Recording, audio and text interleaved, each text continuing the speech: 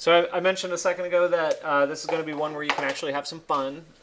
This is actually another one where it's going to take a little bit more of your time, I think.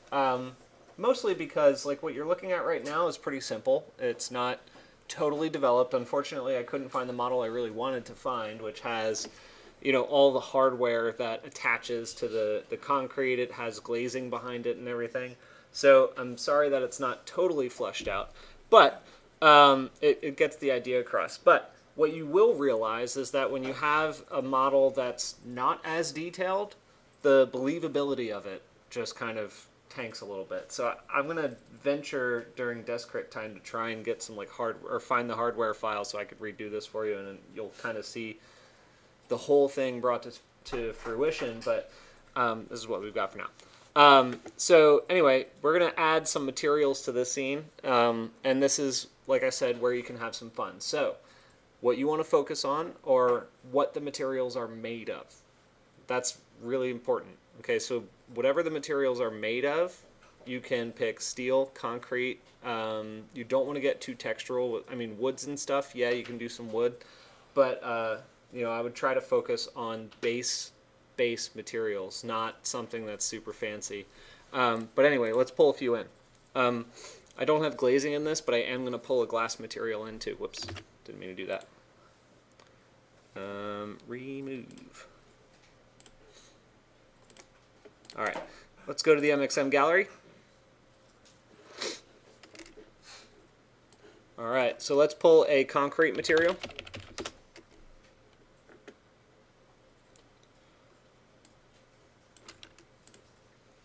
Pick something for concrete that's not super polished, but that does have some degree of reflectivity, so something that has kind of a diffuse glow I think is going to be ideal. This is not concrete at all. That one actually might be pretty good. That's kind of metalish.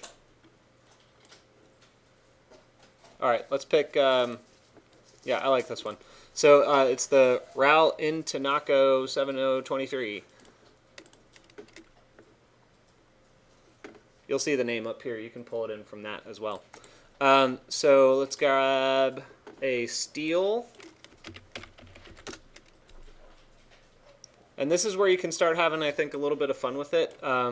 You can pick stuff like, you know, pattern materials. I would try to steer clear of really robust patterns and really intricate patterns, but something that has like a simple fluting like this is ideal.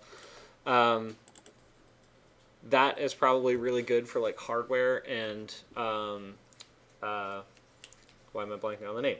Like storefront and curtain wall mullions and stuff like that, because you can reduce the scale of the texture and it would look pretty good and have kind of a diffuse reflectivity. So I'm actually going to pull that rough brush steel in, and I might even pull in another one.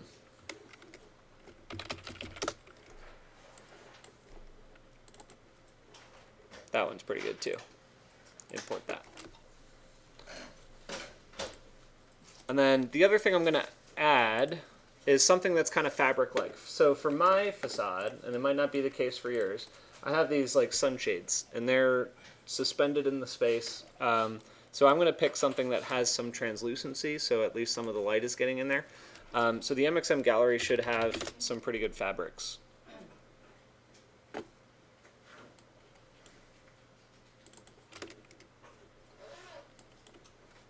Yeah. Let's see. Trying to see if they have any translucence.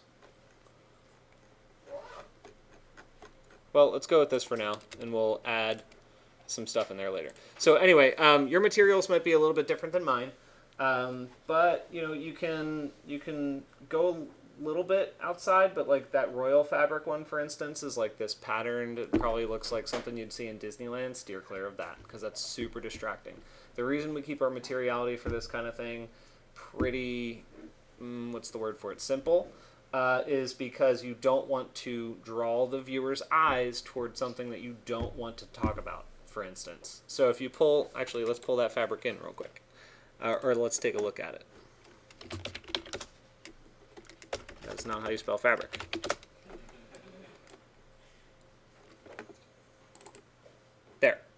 So something like this is going to immediately draw your reviewers' eyes, and they're going to comment on that instead of commenting on the design that you've put together.